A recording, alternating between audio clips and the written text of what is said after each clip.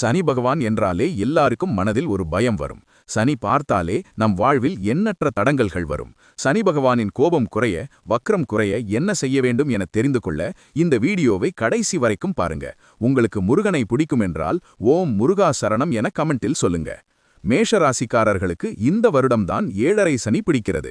உங்கள் ராசிக்கு சனி பகவான் 12ஆம் இடத்தில் பார்க்கிறார். உங்கள் ராசிக்கு செவ்வாய் அதிபதியால் குன்றக்குடி முருகன் கோவிலுக்கு சென்று சண்முகநாதரை வழிபட்டால் கஷ்டங்கள் குறையும், சந்தோஷம் கிடைக்கும். சிம்ம ராசிக்காரர்களுக்கு கண்டக சனி விலகி அஷ்டமத்து சனி வருகிறது. பொறுமையாக இருங்கள், தன்னம்பிக்கையோடு இருங்கள். ஒவ்வொரு சனிக்கிழமையும் விரதம் இருந்து நீங்கள் சனி பகவான், விநாயக பெருமான், அனுமனையும் வணங்குங்கள். சிறப்பு வழிபாடாக திருநள்ளாறு, குச்சானூர் சென்று வழிபடுங்கள். வக்ரம் குறைந்து நல்ல காலம் வரும். தனுசு ராசிக்காரர்களுக்கு அர்த்தாஷ்டம சனி வருகிறது. அதனால் கோபத்தை குறைக்க வேண்டும்.